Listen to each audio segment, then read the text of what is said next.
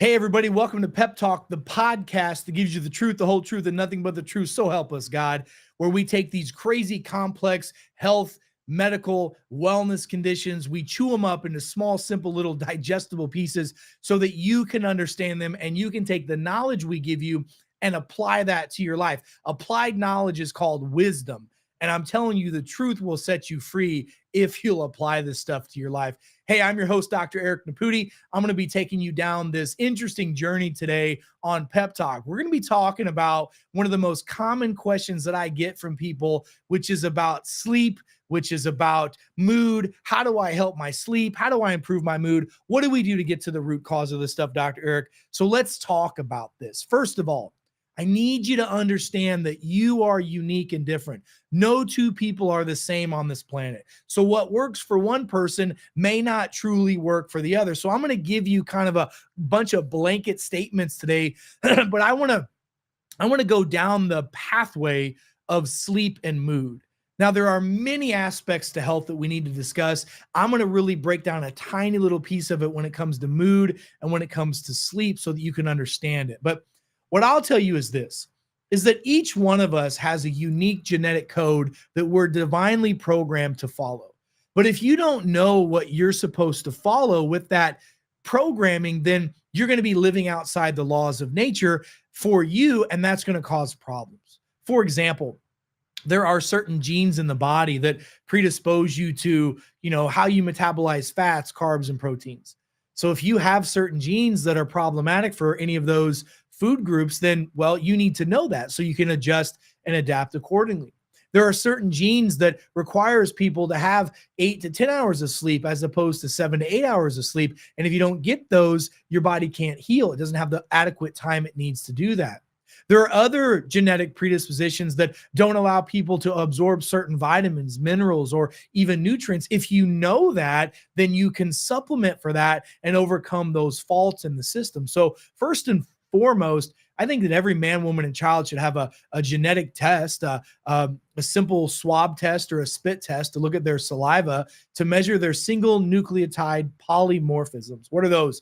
Those are the imbalances or the defects, if you will, in the genetic coding in that individual. If you learn how to eat, sleep, supplement, and work out and live for your own genetic code, you're going to stack the deck in your favor to have better mood, to have better sleep. So that's number one.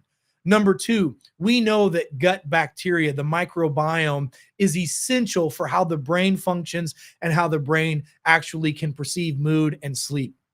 We know that 90% of the chemicals that tell the brain to function, which are called neurotransmitters, we know that the vast majority of those are made in the GI tract. Things like serotonin and dopamine and noradrenaline and GABA, we know that there's a huge production of that in the GI system. And if you have leaky gut, dysbiosis or dysbacteriosis, which we've talked about before, that can predispose you to having issues with sleeping and emotions and energy production and things of that nature. We also know that if you support those with good, healthy foods, eating fermented foods, having the right prebiotic, probiotic, and postbiotic, that you can overcome a lot of those challenges. We know that takes time to develop, but those are things that should all be checked on an individual. We also know that every individual should have a unique amount of nutrients in their body. The human body needs 92 essential nutrients every day that it's supposed to have for maximum production. Most individuals don't even come close to getting, I bet, half of that, let alone all things that you can do simply and individually to figure out what your health is. But I want to go down a little pathway today of things that you can start doing to improve the quality of your mood, your sleep, and etc. Now, I want you to take a pen and a piece of paper out, and I want you to draw this down. The first thing I want you to put at the very top of your paper is I want you to put down pathway of sleep and mood stability. So this is the pathway of sleep and mood stability. The second thing I want you to do is I want you to draw a line under that, and underneath that I want you to draw something called troponin. Okay, troponin is a chemical. I said troponin. It's tryptophan. Sorry, it's been an interesting morning this morning. I was talking about troponin a little bit ago, which is a blood test that we do on patients for certain problems. I'm talking about tryptophan. Tryptophan is an amino acid that the body needs, and it gets from protein. So tryptophan is at the top of that. It's the amino acid that comes primarily from meat. Okay, it comes from veggies as well, but it's a protein derivative, amino acid derivative from protein. And the reality is that most people don't get enough protein in their diet, which is why their mood is bad and their sleep is off. So I want you to understand that the tryptophan is right here at the top. Well, tryptophan goes down into something called 5-HTP. So 5-HTP is going to be the next chemical that you're going to put down. We want tryptophan to convert into 5-HTP. Why? Because that helps keep our mood stable. It helps keep us from being in sympathetic overload. It helps us from flying off the handle. It helps us with all these things. How do we do that? Well, number one, we have to have ample amounts of protein in our system. How do we do that? We have to ingest it. We have to ingest it from either good quality, organic, clean, I like grass-fed meat products, or good quality, high doses of protein from vegetables, which can be done. You just have to be really spot on with the amount of it that you get. You also can supplement that through certain, shakes, right? I like protein shakes as long as they're not whey protein or soy protein. I know that even isolate whey can cause problems with estrogen and digestion, so we stay away from those. We recommend more veggie-based pea plant protein, hemp proteins, or combinations of all those. And to get that amount of protein that you need in your diet every day, you're going to most likely need to have a protein shake. How do you figure out how much protein that you should have? Well, if you can figure out your lean body mass, your lean body muscle mass, however many pounds that is, okay? And that's an easy calculation if you know your body fat percentage. And there are scales out there that can tell you that, right? So if you know that you're 190 pounds, but your lean body mass is 130, you need 130 grams a day of protein.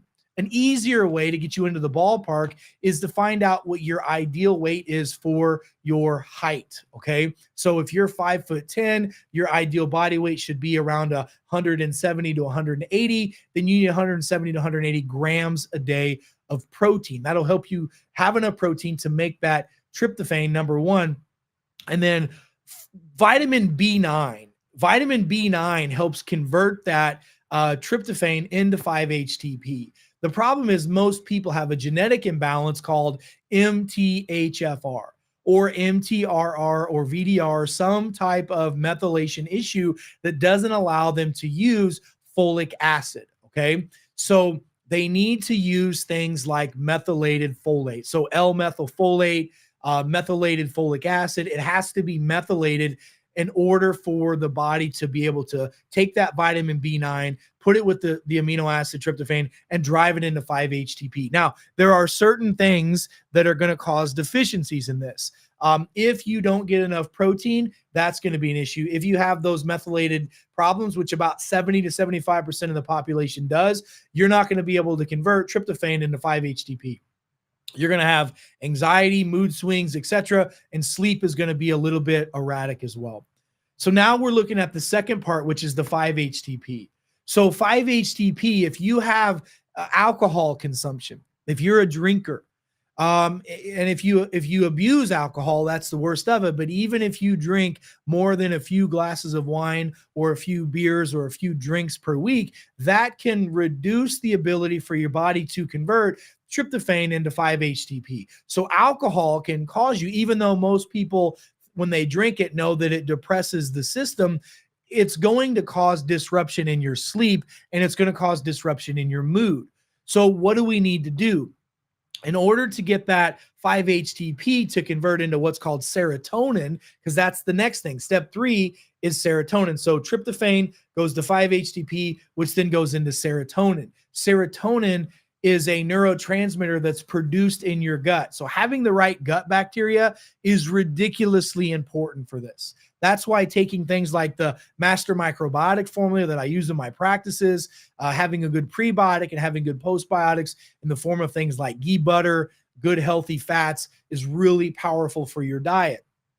But if you have, listen to this, if you have caffeine in your system, and in about 30% of the population, caffeine lowers the ability for serotonin to be produced in a it's the next form of serotonin. It's inositol serotonin, which is the usable form of it.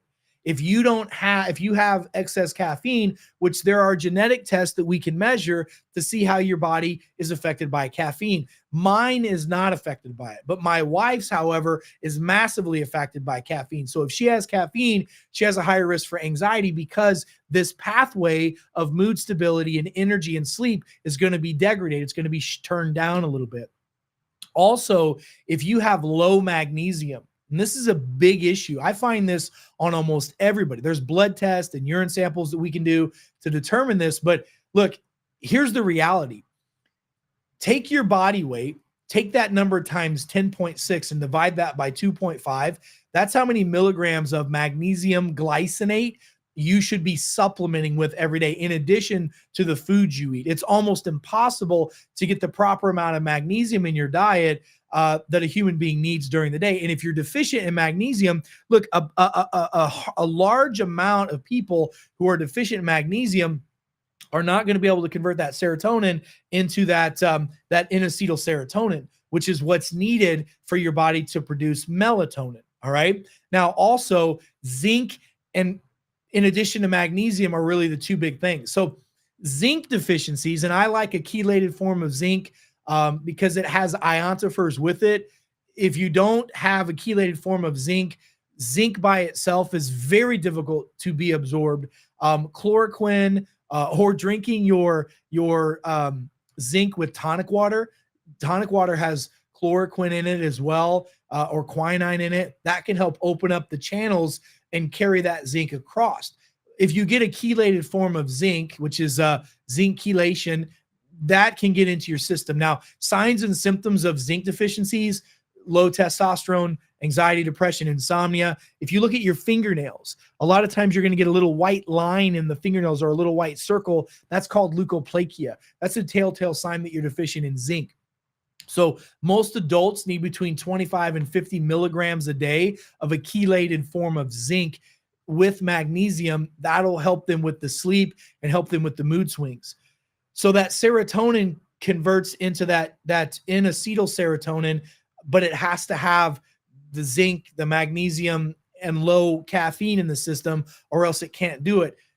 The last thing it converts into is melatonin. Now, I'm going to tell you, for whatever reason, melatonin seems to be controversial. It's not. I don't understand why people have such a controversy with this. If your body doesn't produce it, you need to supplement it. It's just that simple. Now, I like to cycle on and cycle off on all supplements, including melatonin, but I take 10 to 15 milligrams a night, at least 3 to 4 nights a week of melatonin most nights. I'll do that for about 4 weeks. I'll cycle off for a week and then I'll cycle back on. That plus having certain supplements in the diet like natural folate. So methylated B12 is important. Methylated B9 is important. All your methylated B vitamins plus the magnesium and the zinc and enough protein, you shouldn't have issues with that sleep cycle. So if you put those things into play, that can help with anxiety, it can help with depression, it can help with insomnia. And if you're not sleeping through the night, then your body can't heal like it's supposed to. When we go to sleep at night is when the parasympathetic nervous system takes over. It's supposed to erase the stress that we've had for the day, and our body increases its ability to rest, digest, grow, develop, heal, and produce hormones. So that pathway is a powerful pathway to understand. I'll put a link to that pathway into this below into the show notes so that you can see that and understand that. But if you'll increase your folate, so your methylated folic acid, if you'll increase your methylated B12, which is methylcobalamin, if you'll increase your magnesium, which is magnesium glycinate, you'll increase your zinc, a chelated form of zinc, you'll reduce your caffeine and improve your protein metabolism and get more of that in your system. That should help stabilize your blood sugars, your anxiety and stress levels, and it will help a massive, massive amount with sleep. Now, there are other things that we can do. There are other nutraceuticals that you can take to help get your body into that rest phase. There are biohacking brain tap technologies that are out there that we use and we recommend in all of our facilities across the globe, but it starts here.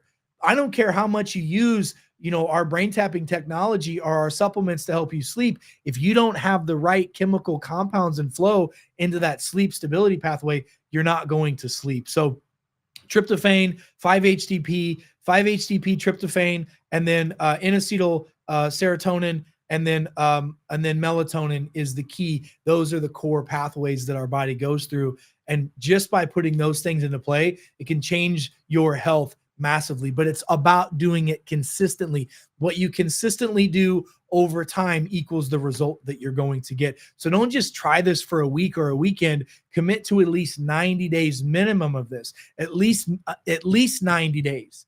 And if after 90 days you don't see any change, then there's something else going on with your pathway. That's why I encourage doing blood testing, having fecal samples done so you can see what your gut bacteria looks like, and having your DNA profile done so that you know what you should be doing exactly for your body, folks. Listen, I know this is a lot of information. Go back, rewatch this, share this with your friends and family, people that you know that have anxiety and energy problems and sleep issues. Share this with them. If they have mood swings up and down, this can be a simple, easy pathway. I want you to understand the pathway moreover than here. Just take this Vita Vegemin to help mask your symptoms. So folks, until we meet again, make sure you guys go to our website. That's peptalk.world, peptalk.world. Go like, share, and subscribe to all of our channels and share what we've got with the world. And listen, folks, the truth will set you free, but I need your help sharing that truth because more people need to know it. And together we can make a huge difference, folks. So until we meet again, I'm Dr. Eric Naputi.